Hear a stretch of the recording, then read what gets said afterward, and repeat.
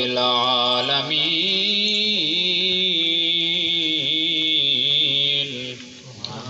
والعاقبة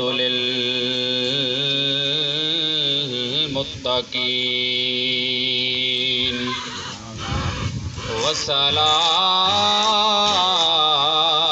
والصلاة والسلام على من كان نبيا وآدم بين الماء والطين رحمة للعالمين خاتم الأنبياء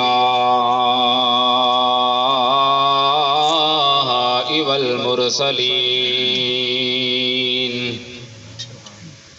وعلى آله وأصحابه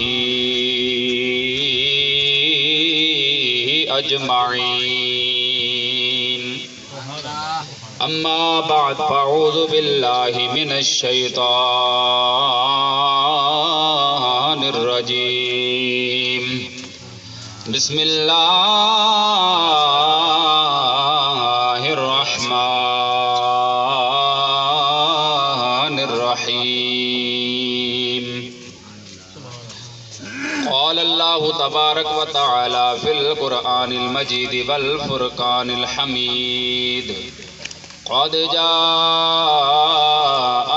من الله نور وكتاب مبين قال الله تبارك وتعالى في القرآن المجيد والفرقان الحميد قل بفضل الله وبرحمته فليفرحوا فبذلك وفي مقام آخر إن الله وملائكته يصلون على النبي يا أيها الذين آمنوا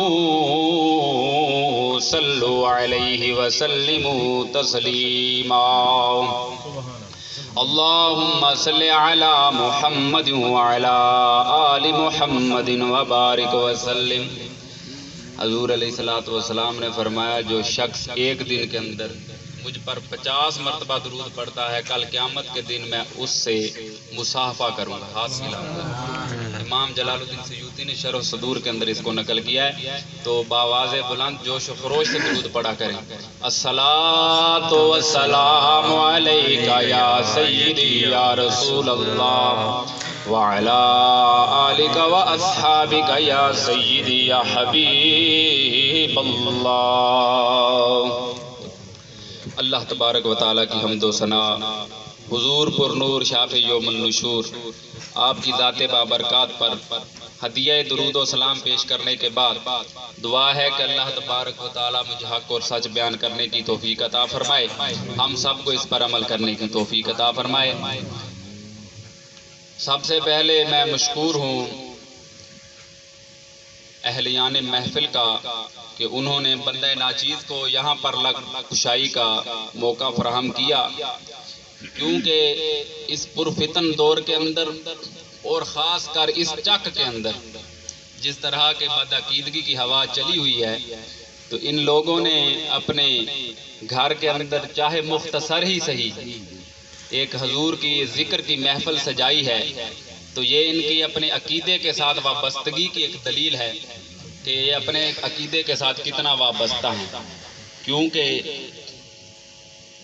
دوسرے تو دوسرے رہے، ہمارے اپنے عقیدے کے لوگ نام کے صرف رہ گئے ہیں عقیدے کے، باقی عقیدے کے متعلق کوئی معلومات نہیں۔ تو یہ محفل میلاد جو ہوتی ہیں یہ حضور علیہ الصلوۃ کی تعظیم کے لیے اور حضور کے ذکر کی بلندی کے لیے ہوتی ہیں، اور یہ ہمارے ذکر کرنے کا حضور علیہ الصلوۃ کو نہ کوئی فائدہ ہے یا نہ حضور علیہ الصلوۃ کو اس کی ضرورت ہے، بلکہ حضور کا ذکر کرنے سے ہمیں اس کا فائدہ ہوگا، کیونکہ حضور کا ذکر تو بلند ہی بلند ہے۔ اللہ نے قرآن مجید کے اندر ارشاد فرمایا وَرَفَعْنَا لَكَ ذِكْرَكَ، کہ اے محبوب ہم نے تیرے ذکر کو بلند کر دیا ہے۔ اب کوئی جتنا گھٹانے کی کوشش کرے محبوب کے ذکر کو گھٹا نہیں سکتا، کیونکہ آپ دیکھیں ایک عام بندہ ایک بال لیتا ہے گیند. اردو کے اندر سمجھ آ رہی؟ سمجھ آنی بھی چاہیے کیونکہ ٹی وی ڈرامے فلمیں تو اردو ہی سمجھ آتی ہیں، تو تقریر بھی مولوی سمجھ آنی چاہیے. ایک عام بندہ بال جو ہے وہ پھینکتا ہے اوپر آسمان کی طرف، جتنی اس کی طاقت ہوگی وہ بال اتنی اوپر جائے گی. ایک پہلوان پھینکے گا، پہلوان کی اس سے اوپر جائے گی، بالآخر وہ نیچے آ جائے گی. جتنی اس کی طاقت ہوگی اتنی اونچی جائے گی. تو اللہ تبارک و تعالیٰ کی طاقت کی کوئی انتہا نہیں ہے کہ اس نے کس چیز کو کتنا بلند کرنا ہے. اس کی طاقت کا کوئی انتہا کوئی نہیں ہے، کوئی اندازہ نہیں لگا سکتا. تو اللہ فرما رہا ہے وَرَفَعْنَا لَكَ ذِكْرَكَ، اے محبوب ہم نے تیرے ذکر کو بلند کر دیا. جب اللہ کی طاقت کی انتہا نہیں تو محبوب کے ذکر کی بلندی کی بھی کوئی انتہا. تو حضور کو ہمارے ذکر کرنے کی کوئی ضرورت نہیں، یا حضور کو ہم کوئی فائدہ نہیں پہنچا رہے، یہ ہم اپنے آپ کو ایک فائدہ پہنچا رہے ہیں. اب آئیے موضوع کی طرف. ہم نے قرآن مجید کی آیت مبارکہ تلاوت کی. اللہ تبارک و تعالیٰ نے ارشاد فرمایا قد جاءکم من اللہ نور و کتاب مبین، تحقیق تمہارے پاس آیا ایک نور اللہ کی طرف سے اور کتاب مبین. علماء نے، تمام مفسرین کرام نے روح المعانی اٹھا کر دیکھیں، روح البیان، کوئی بھی تفسیر بیضاوی شریف اٹھا کر دیکھیں، تمامیوں نے یہاں پر نور کا معنی جو لیا ہے وہ حضور علیہ الصلوۃ والسلام کی ذات بابرکات ہے. کہ یہاں پر نور سے مراد حضور علیہ الصلوۃ والسلام کی ذات ہے. ہم کوئی بشریت کے مخالف نہیں ہیں کہ حضور بشر نہیں ہے. ہم بشر بھی حضور کو مانتے ہیں لیکن نور بھی مانتے ہیں. اس کے اوپر آگے دلائل آ جائیں گے. لیکن بشر کوئی عام بشر نہیں ہم مانتے. یہ نہیں کہ کوئی کہے کہ ہمارے جیسا ہی تھا، نہیں، بلکہ ہم بشر بھی وہ مانتے ہیں کہ افضل البشر مانتے ہیں. تو اللہ تبارک و تعالیٰ نے فرمایا کہ تحقیق تمہارے پاس اللہ کی طرف سے کیا آیا جی؟ نور آیا. یہ قرآن مجید سے ثابت ہو گیا، مفسرین کی تفاسیر سے یہ ثابت ہے. پھر حضرت جابر رضی اللہ تعالیٰ عنہ مصنف عبد الرزاق کے اندر حدیث موجود ہے. پوچھا یا رسول اللہ سب سے پہلے اللہ تبارک و تعالیٰ نے کس چیز کو پیدا فرمایا؟ تو اللہ تبارک و تعالیٰ نے فرمایا، حضور علیہ الصلوۃ والسلام نے فرمایا اول ما خلق اللہ نوری. یہاں پر کئی لوگ پڑھتے ہیں اول ما خلق اللہ نوری. ہے نوری خالہ کا فعل ہے، فعل کے بعد جر نہیں آتی. خلق اللہ نوری کہ اے جابر سب سے پہلے اللہ تبارک و تعالیٰ نے تیرے نبی کے نور کو اپنے نور سے پیدا فرمایا. تیرے نبی کے نور کو سب سے پہلے پیدا فرمایا.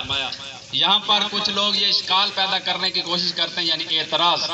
وہ یہ کرتے ہیں جی دوسری حدیث کے اندر موجود ہے کہ حضور علیہ الصلوۃ والسلام نے فرمایا کہ اللہ تبارک و تعالیٰ نے سب سے پہلے قلم کو پیدا فرمایا. تو آپ کہتے ہیں کہ نور کو پیدا فرمایا. یہ احادیث معارض آ رہی ہیں آپس کے اندر. میں نے کہا کوئی معارض نہیں آ رہی. اگر آپ حدیث کو غور سے پڑھیں، حدیث کو اور مکمل پڑھیں، یہ نہیں کہ حدیث ہے ایک ٹوٹا پڑھیا تو ایک ٹوٹا چھڑ دیتا، ایویں نہیں، گنڈ تروپ نہیں. پوری حدیث پڑھو. حضور علیہ الصلوۃ والسلام نے فرمایا جب اللہ تبارک و تعالیٰ نے قلم کو پیدا فرمایا، اللہ تبارک و تعالیٰ نے فرمایا قلم لکھ. تو قلم نے عرض کی یا اللہ کیا لکھوں؟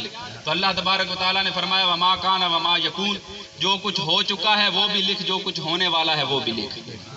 اب جو کچھ ہونے والا تھا وہ تو لکھنا تھا قیامت تک کے لیے قلم نے، جو کچھ پہلے ہو چکا تھا وہ کیا تھا؟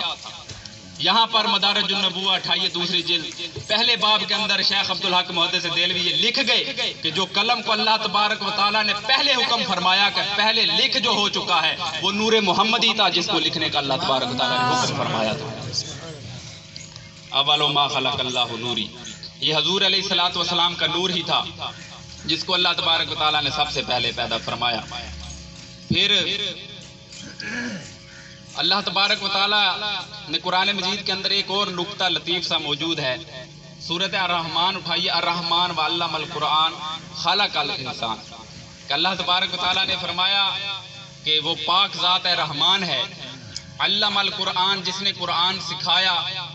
خلق الانسان، پھر کیا کیا؟ انسان کو پیدا کیا. پہلے اللہ فرما رہا ہے کہ قرآن سکھایا، پھر فرمایا خلق الانسان، پھر انسان کو پیدا فرمایا. پہلے قرآن سکھایا پھر انسان کو پیدا فرمایا. انسان تو بعد میں پیدا ہو رہا ہے. قرآن کس کو سکھایا؟